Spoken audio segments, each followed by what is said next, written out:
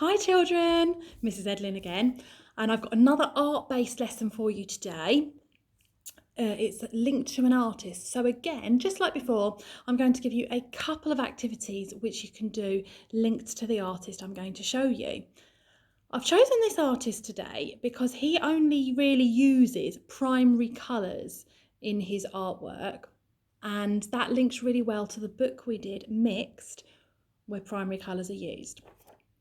So our artist today is this man here, and his surname is Mondrian, P.A. Mondrian. So he's very famous for his abstract art. I'm going to tell you a little bit about him and show you a bit of his work, and then I'm going to give you a couple of tasks to do linked to that. So Mondrian was born in 1872, and he was a Dutch artist. So he was best known for his abstract paintings. Now, abstract art means that it doesn't really show people or any recognisable objects or landscapes. Instead, abstract artists use shape and colour and texture to achieve their effect, and that's what Mondrian did. He was really interested in shape and colour, and he used to be a primary school teacher, and he just did art in his spare time, but ended up becoming very famous. So some of his work looks a bit like, well, this is a piece of his work, looks like this. So you can see the primary colours blue, red and yellow. A real key feature of Mondrian's work is the straight lines he uses, and rectangles and squares as well. So that's a piece of Mondrian's work. The piece we're going to look at today to inspire our own artwork is this one.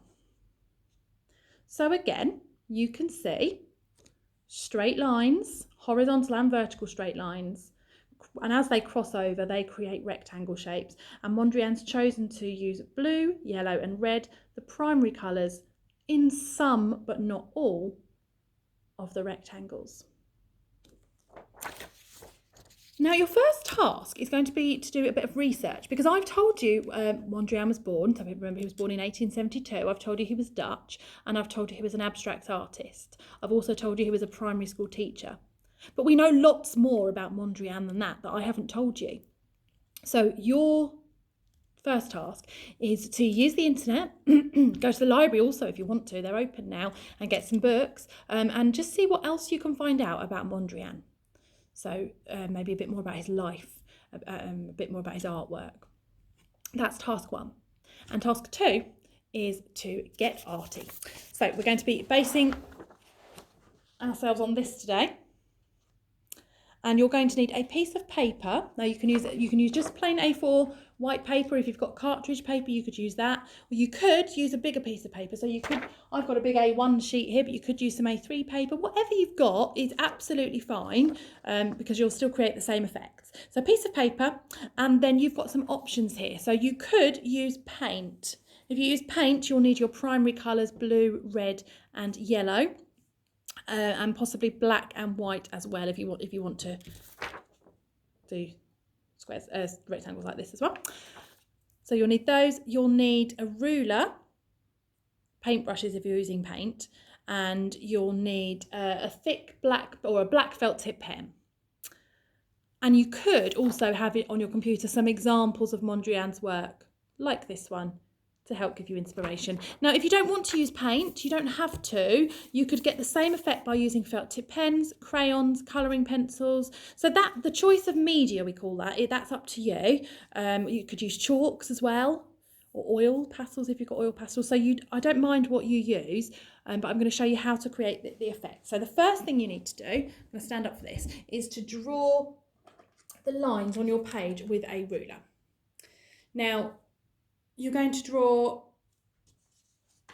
about maybe 4 vertical lines. So the key is they have to be straight, but we don't want them spaced evenly apart, because that won't give us the same effect. So I'm going to do a big gap here.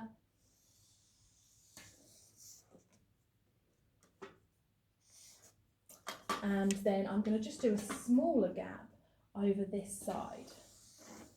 So I've now got 3 sections or 4 sections, 1, 2, 3, 4, on my page, and that's what I want you to have too, but I want the sections to be different sizes, because otherwise we won't get different size rectangles. And then we're going to, so there are vertical lines, we're then going to draw some horizontal lines, and the same thing. Now if you've only got an A4 page, you might only want to do maybe 3 horizontal lines. I'm probably going to go for about 5. I might change my mind after a while.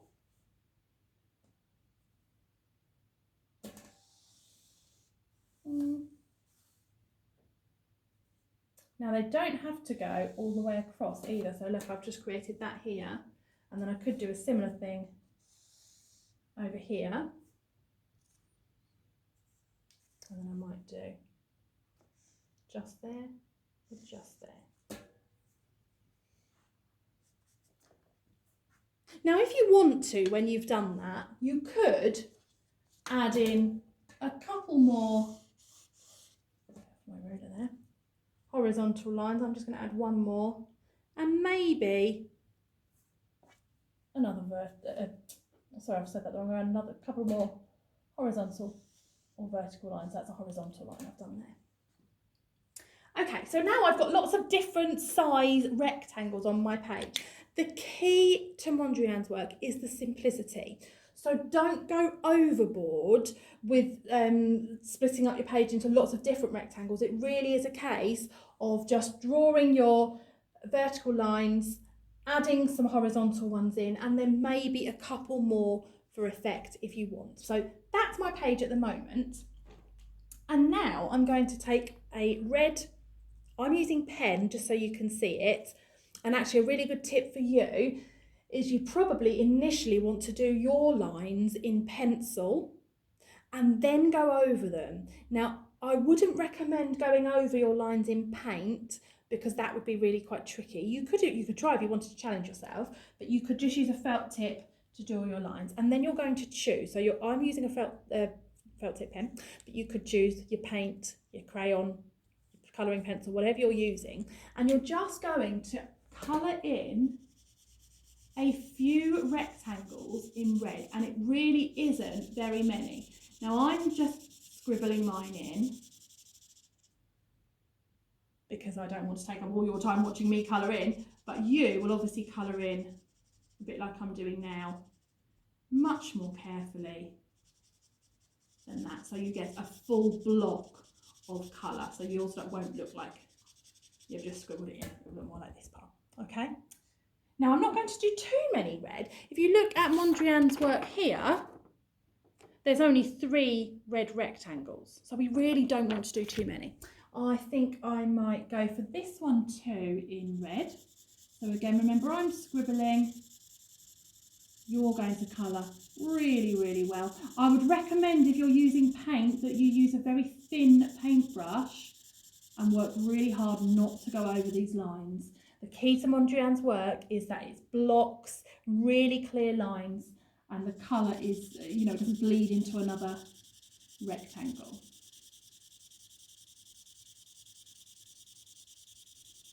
So I think I might just do one more red, because Mondrian did 3. I might choose to do 3 as well. So this one's going to be red 2. You might want to experiment painting one and then colouring one. See which one you prefer. So I might do a little red there. And then the other primary colours are also used. So I'm going to use a yellow. I'm going to do this little rectangle up here in yellow. And maybe a large one. I'm going to choose this one. I think I might only do 2 yellows, So again, I'm just giving you the effect to show you where I would add the colour, and you can do the hard work of getting the block colours really well. And then I'm going to add my blue. Now, interestingly, this might be something you want to think about. Again, Mondrian's got 3 blues as well, spaced out. So I could do that. I could do 3. I'm going to choose this big one here.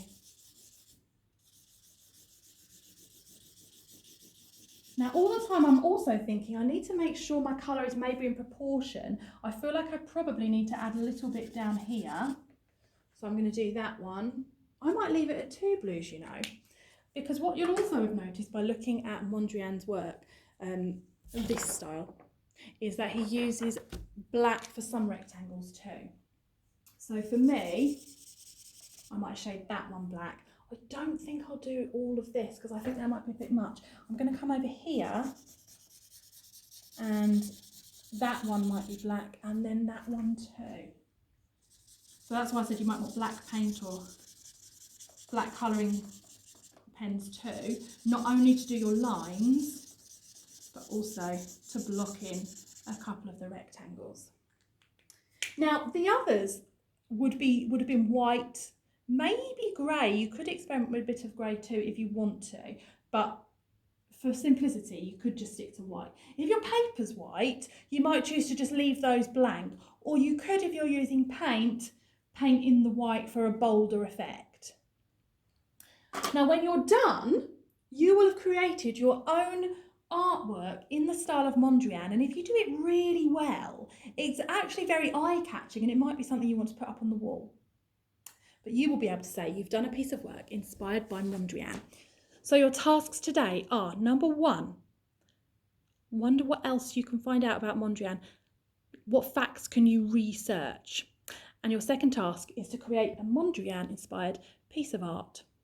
Enjoy it and good luck.